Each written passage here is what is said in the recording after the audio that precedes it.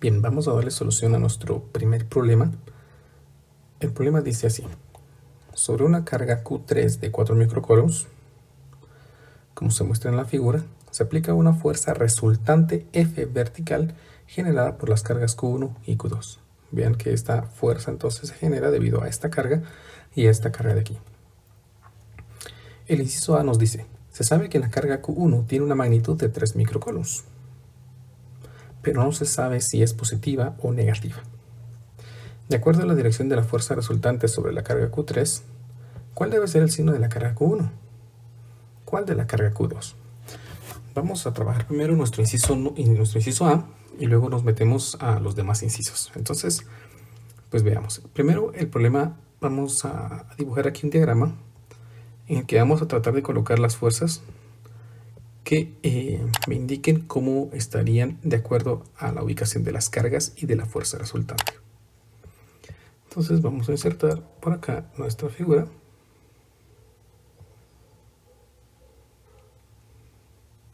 Por acá. Y hagamos entonces nuestro inciso A. Observen y recuerden siempre que una fuerza resultante siempre se va a encontrar entre dos fuerzas. Si tenemos dos, la fuerza resultante va a estar entre estas. Por lo tanto, para que la fuerza F quede vertical, pues entonces aquí tendría que haber una fuerza de atracción entre la carga Q3 y la carga Q1 y también una fuerza de atracción entre la carga Q3 y la carga Q2. Vamos a llamar a esta fuerza 1 y vamos a llamar a esta fuerza 2. La resultante de la fuerza 1 con fuerza 2 pues es la fuerza F, que es la que necesitamos encontrar. Entonces, para que la fuerza de atracción entre Q1 y Q3, perdón, para que exista una fuerza de atracción entre la carga Q1 y Q3, pues tienen que tener signos contrarios. Dado que la carga Q3 es de 4 microcoulombs, entonces yo sé que la carga Q1 debe ser negativa, debe ser menor que 0. Y para que exista atracción entre Q3 y Q2, pues Q2 también tiene que ser menor que 0. Por lo tanto, pues aquí hemos respondido lo que el problema solicitaba. ¿Cuál debe ser el signo de las cargas? Pues ambas tienen que ser negativas para que la resultante sea verticalmente hacia abajo. El inciso B me pide ahora: determine la magnitud de la carga Q2. ¿Cómo vamos a determinar la magnitud de la carga Q2? Observen algo bien importante.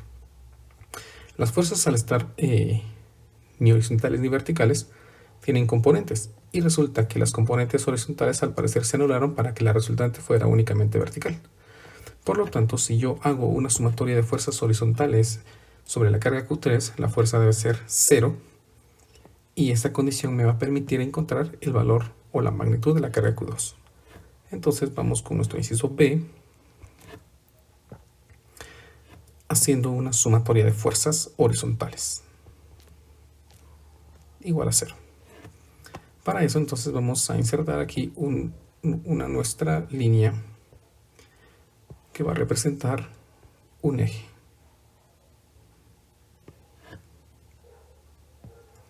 Y vamos a tener en esta dirección la componente de la fuerza en X, ¿verdad?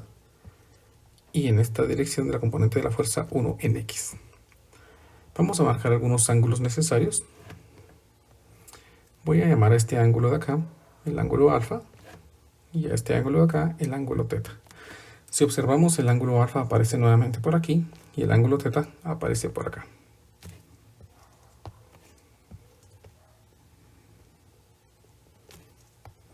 Por lo que nos va a ser útil, dado que vamos a utilizar componentes, pues relaciones trigonométricas. Entonces voy a colocar acá a la par las relaciones trigonométricas que se generan con los ángulos teta y con alfa. Entonces empecemos con el coseno de teta.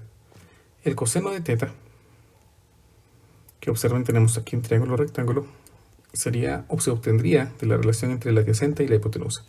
En este caso, de 5/12. El coseno de alfa estaría dado por la relación entre la adyacente y la hipotenusa. Por lo tanto, para este caso, aquí es 12/13. Aquí arriba coloqué mal, escribí 12 y es 13, ¿verdad? Porque la hipotenusa es 13, perdón. También podemos obtener el seno de teta, que sería la relación para teta entre el opuesto 12 y la hipotenusa 13. Entonces aquí obtengo 12/13. El seno de alfa, que sería el opuesto dividido la hipotenusa, 5/12. treceavos. Y allí ya tenemos entonces relaciones trigonométricas que nos van a ser útiles. ¿Por qué nos van a ser útiles? Porque necesitamos hacer nuestra sumatoria de fuerzas horizontales. Por lo tanto, la fuerza 1 por el coseno de teta menos la fuerza 2 por el coseno de alfa tienen que ser 0. Lo que me genera que la fuerza 1 por el coseno de teta tiene que ser igual a la fuerza 2 por el coseno de alfa. Tenemos ahí una igualdad.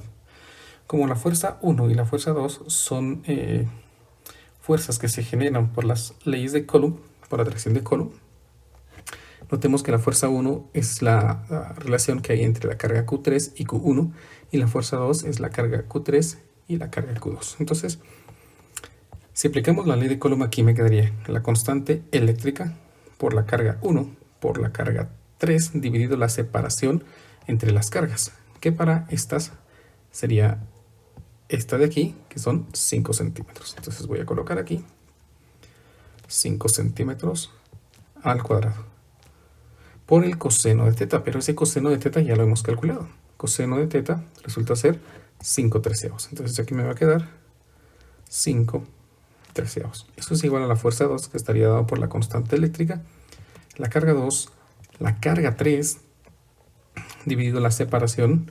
La separación aquí es 12 centímetros. Entonces aquí me queda 12 centímetros al cuadrado por el coseno de alfa. Y el coseno de alfa, pues ya lo habíamos sacado, es de 12 treceavos. Entonces aquí nos queda 12 treceavos. Al tener una igualdad, pues ya puedo cancelar algunos elementos. Vean que puedo cancelar estos dos valores. Puedo cancelar las constantes eléctricas, puedo cancelar Q3 e incluso puedo cancelar la unidad de medida centímetros para trabajar ya con los valores numéricos únicamente. Los elementos que me quedaron es Q1, un 5, acá abajo me queda 25. Esto es igual a Q2, aquí me queda un 12 y abajo queda 144. Aún podemos simplificar otro poquito y me quedaría Q1 dividido 5 es igual a Q2 dividido 12. De esto entonces Q2 es igual a 12 quintos de la carga 1. Y como la carga 1 tiene una magnitud de 3 microcoulombs, entonces yo sé que aquí me quedaría 12 quintos multiplicado por cuánto dijimos, se me olvidó por un momento, 3 microcoulombs. 3 microcoulombs. 12 quintos por 3 microcoulombs, hagámoslo para acá, 12 quintos. Vamos a ver, 12 quintos. 12 quintos por 3 por 10 a la menos 6.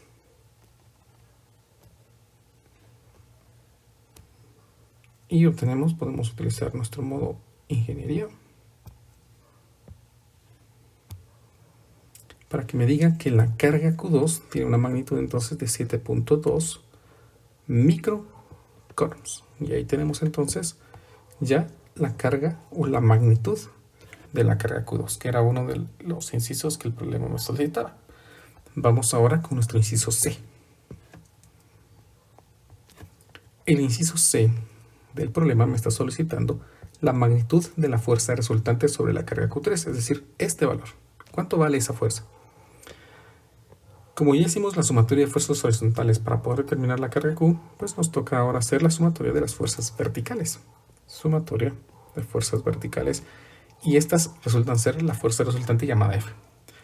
F se obtiene entonces de F1 por el seno, F1 vertical por el seno de teta y F2 por el seno de alfa, porque ambas apuntan hacia abajo.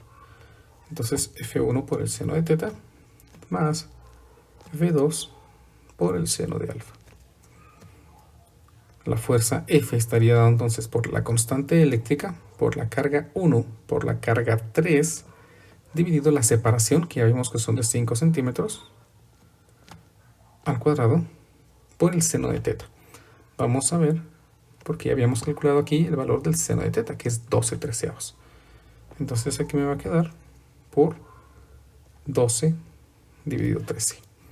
Más la fuerza 2, que estaría dado por la constante eléctrica, la carga 2, la carga 3 y la separación, que es de 12 centímetros, al cuadrado, por el seno de alfa, que resultó ser 5/13. Vamos a verificar. El seno de alfa nos quedó 5/13. Entonces ya tenemos todo listo para poder meter datos a nuestra calculadora, sabiendo ya las magnitudes de las cargas dadas. Q1 es de 3 microcoulombs y Q3, si no estoy mal, es de 4 microcoulombs. Q3 sí es 4 microcoulombs. Entonces vamos a meter datos a nuestra calculadora. Me queda aquí 9 por 10 a la 9. Por la magnitud de la carga 1, que es 3 microcoulombs, 3 por 10 a la menos 6. Por la magnitud de la carga 3, que es 4 microcoulombs, 4 por 10 a la menos 6. Dividido la separación, 5 por 10 a la menos 2 al cuadrado, por 12/13. Más la constante, nuevamente la constante eléctrica, 9 por 10 a la 9. Por la carga 2, que es lo que acabamos de calcular ahí arriba, que es 7.2 por 10 a la menos 6. Por la carga 3, que es 4 por 10 a la menos 6. Dividido la separación, que son 12 por 10 a la menos 2 al cuadrado, multiplicado por 5/13. Y allí tenemos entonces ya la magnitud de la fuerza F que soporta la carga Q3, que es de 46.8 newtons. Y así tenemos entonces resuelto nuestro problema.